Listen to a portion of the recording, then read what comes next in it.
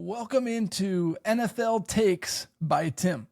My name is Tim, and the NFL season is only a few weeks away from beginning, and training camp has been in full swing for a few weeks. And with the NFL regular season kicking off soon and preseason games already starting, this podcast is going to discuss the top storylines, the most exciting news, trade rumors, game outcomes, and so much more. If this is your first time, which this is the first episode, hit that subscribe button so numerous NFL topics will show up into your feed Monday, Wednesday, and Friday. Thanks for joining the show today, and I hope you enjoy this journey along with me. So hit that subscribe button and hit that like button, and let's get underway.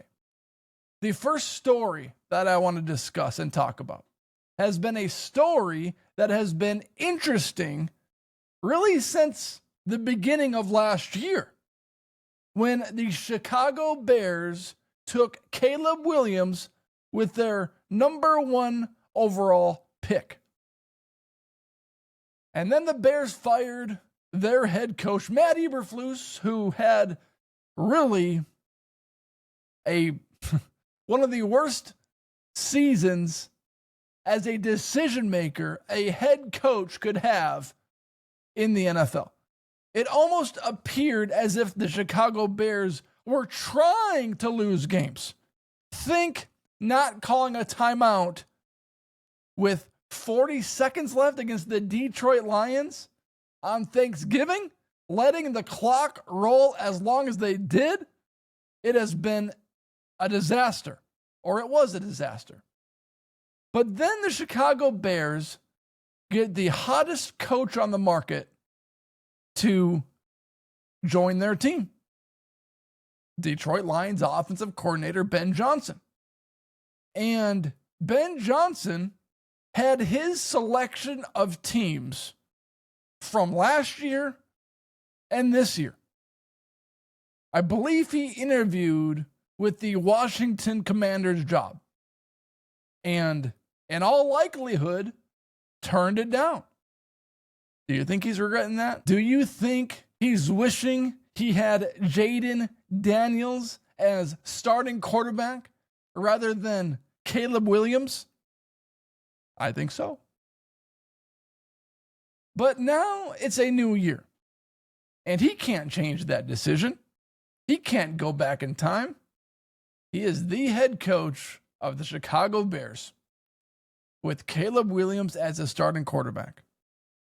And the Chicago Bears have never had a 4,000-yard passing quarterback, which is mind-blowing. And there have been numerous reports and sketchy videos revolving around Caleb Williams and the Chicago Bears offense. Take a look at this story from NFL.com. It says, new Chicago Bears coach Ben Johnson isn't afraid to be frank about his offense's performance. Following Sunday's Family Fest at Soldier Field, Johnson, unprompted, called out the offense after it took a step back 10 practices into training camp. It was sloppy, sloppier than we were hoping we would be at this point, he said via the Chicago Sun-Times.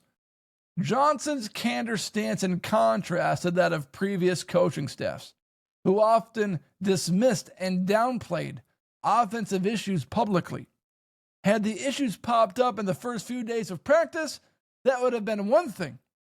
But at this stage, Johnson expects crisper execution. According to reporters, the biggest issue was the delay of game penalties, with Caleb Williams' offense getting out of the huddle late during the scrimmage setting. There were multiple delay penalties, and the QB had to burn a timeout after getting out of the huddle with just 7 seconds left on the play clock. It's something we're going to have to address for sure, Johnson said. It showed up more today than it has in practice. This was more like a real game. And if it continues like that, we are not going to win many games. Johnson is frustrated and disappointed with Caleb Williams and his leadership at the most important position in any sport, not just football, the quarterback position. And Ben Johnson and Caleb Williams, that relationship will not work because their personalities are too different. As the brightest offensive mind in football, which Ben Johnson is, which is why he got any job he wanted that was available, Ben Johnson is very particular in how things are run, how plays are set up, how the huddle is commanded. He is very particular and very set in his ways. It's got to be this. And you think about Jared Goff and the personality and the traits that he has as quarterback. Jared Goff is a very particular black and white quarterback. It needs to be done this way. And Caleb Williams likes to freestyle too much and likes to make too many things happen that are not within the design of the play. And this isn't the first report. Caleb Williams' best highlights in football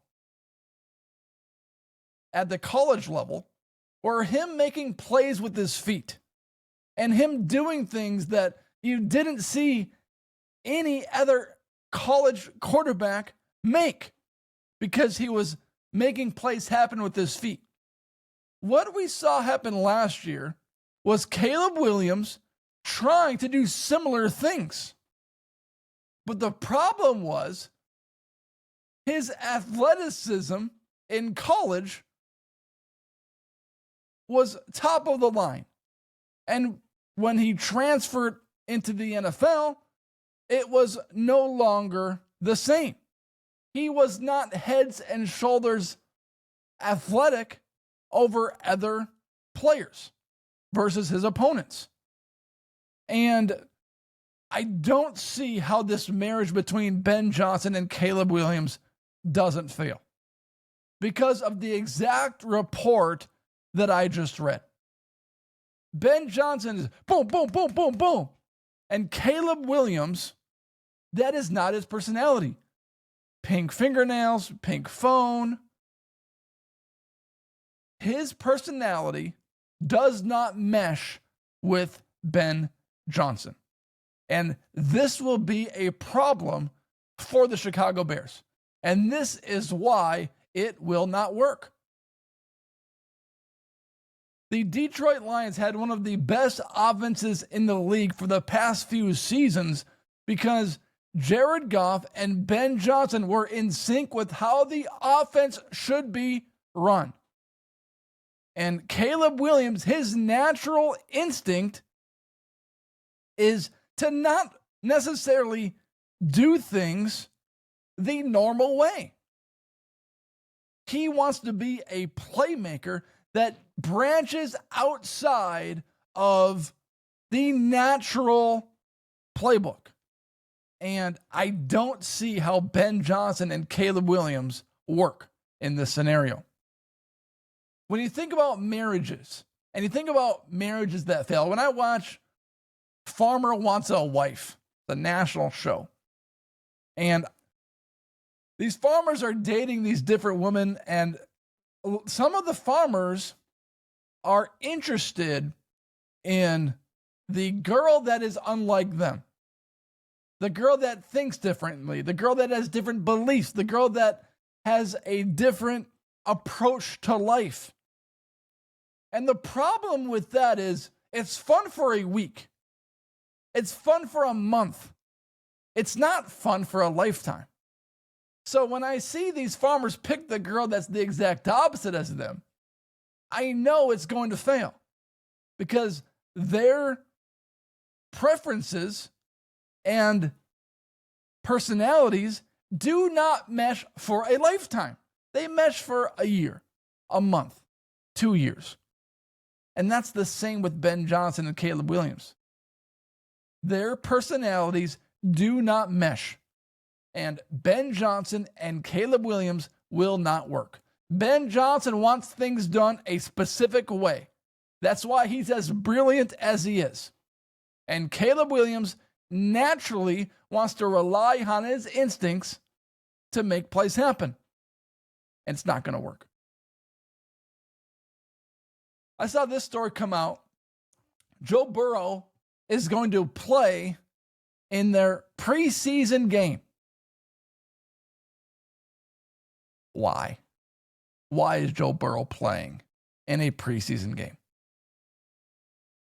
Joe Burrow only led the NFL in both passing yards and touchdown passes. He threw for 4,918 yards last year and threw for 43 touchdowns, which led the NFL. He also had a completion percentage of 70.6%.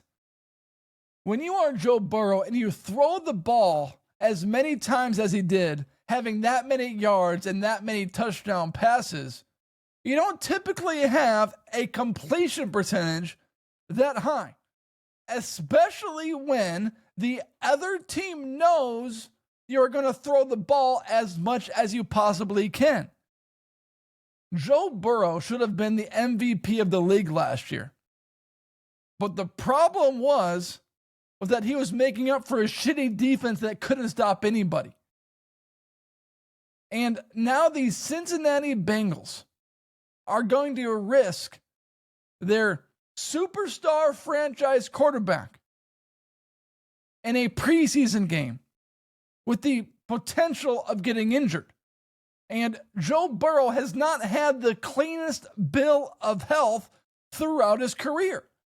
It takes one offensive lineman rolling over Joe Burrow's leg, or an offensive lineman stepping on his foot, or a defensive lineman getting tripped as he's about to sack him, for the Cincinnati Bengals season to get flushed down the toilet and for Zach Taylor to get fired. When teams like this start their franchise quarterback, I just want to grab them by the cheeks and say, what are you doing? You are risking your season by starting Joe Burrow. And the risk of starting Joe Burrow in a preseason game, a meaningless game against a vanilla defense, is not worth the reward of him getting a series or two at maximum before a few weeks when the regular season arrives. It is the most ridiculous decision by a head coach to play Joe Burrow in a preseason game. He is a top 5 QB in the league. He will be ready. And then we get reports out of Los Angeles that Matthew Stafford is dealing with the back issue and is missing training camp and is missing preseason because of this back issue. But all reports are indicating that Matthew Stafford will be ready for week 1.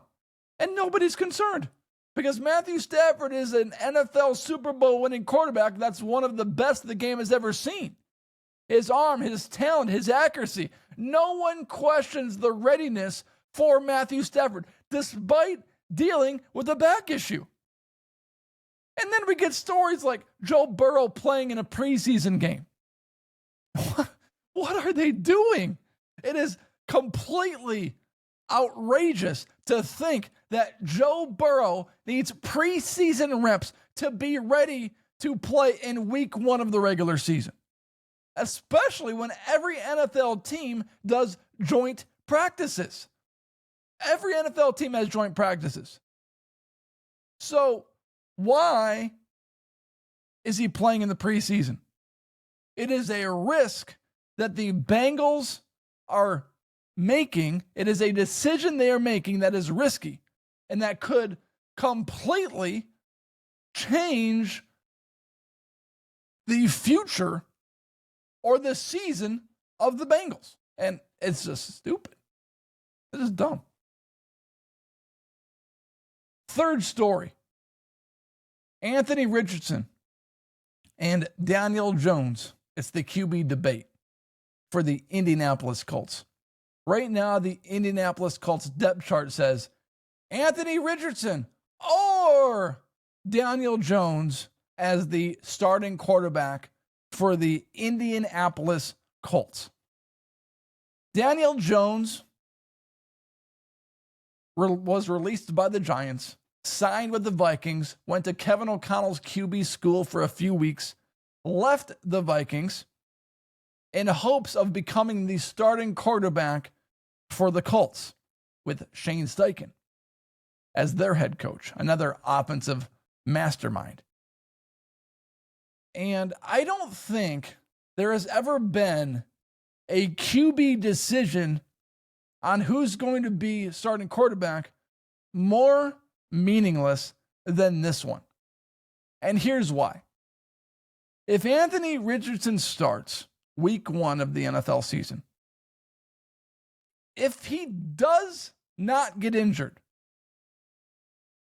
I guarantee you at some point, Daniel Jones will take over as a starting quarterback. And the same applies to Daniel Jones. If Daniel Jones is named week 1 starter, there is no doubt in my mind that at some point in the season, he will get benched in favor of Anthony Richardson. It's going to sound weird, but it's true. The quarterback that loses this job will actually have a bigger advantage going into the regular season. Because what's going to happen is, for example, if Anthony Richardson wins the job and becomes QB1 for the Colts in week 1, and he plays poorly, players, fans, coaches, the owners, management, everybody's going to be saying the exact same thing to Shane Steichen. And Shane Steichen will be thinking the same thing. We've got to put in Daniel Jones. The backup quarterback, who might be just as good as the starting quarterback, are the biggest fan by the fans. Because what they see on the field, it couldn't get any worse. Just give the guy a chance. Just give Daniel Jones a chance, or give Anthony Richardson a chance. It's exactly the opposite of how we think. You want to win the job. You want to be QB1. But neither of these guys are good enough to keep the job for the entire season, especially when there's a guy just as equal, if not better, right behind you as QB2. Anthony Richardson and Daniel Jones will not be the starter for the entire season, whoever is named starter in week 1. So this is the most meaningless decision by Shane Steichen, because both of these players will start at some point during this regular season. All right, last story to cover on episode 1 of NFL Takes by Tim. Bryce Young is entering year 3, number 1 overall pick. People are excited and high on Bryce Young. He started last year, got benched after the second game. Andy Dalton comes in, plays for a majority of the season, gets hurt, forces Bryce Young to play. And in the final 3 games of the season, Bryce Young throws for 7 passing touchdowns, and rushes for 3 rushing touchdowns without any interceptions. So because Bryce Young performed well at the end of the season last year, people are high on Bryce Young entering year 3. The problem with that is when you look up the opponents Bryce Young played against to finish off the season. Yes, Bryce Young couldn't perform well against anybody. But if you're performing well against some of the worst defenses in the league, should I be that impressed? The Atlanta Falcons had the 4th worst defense based on rating last season. The Tampa Bay Buccaneers had the 8th worst defensive rating. And the Arizona Cardinals had the 12th worst defensive rating. The 3 opponents Bryce Young played against at the end of the year were ranked in the bottom 10th or 12th of the best defenses in the NFL. And you want to make me believe that because Bryce Young played well against 3 terrible defenses, that is going to automatically translate into his success in year 3. I don't buy it.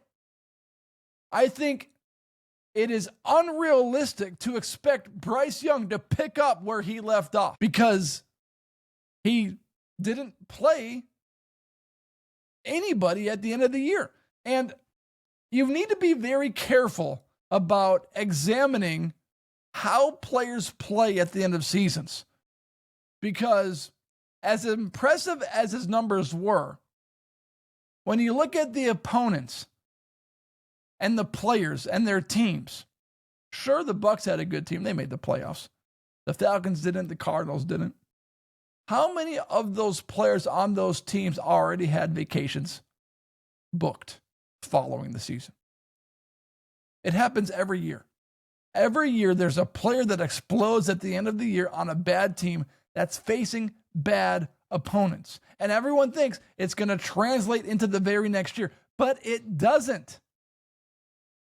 Because at the end of the year, 50 to 60% of the league, the players are just going through the motions.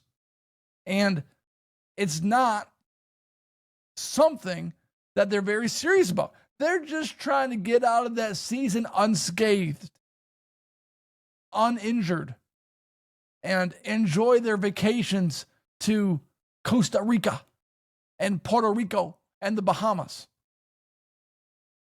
So I think you got to be careful, because what everybody wants to do is get excited about what Bryce Young did at the end of the year last year. And it's hard not to. 10 touchdowns, 0 interceptions for a former number 1 overall pick who struggled in the first few years of his career, finally found some footing and some consistency and played well.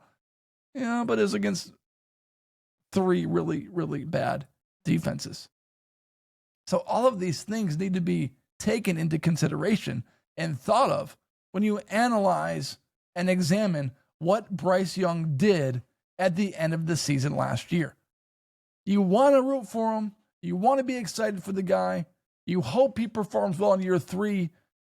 But when you look at the career he's had in the first 2 seasons of his career, the only time Bryce Young played well was the final 3 games of last season.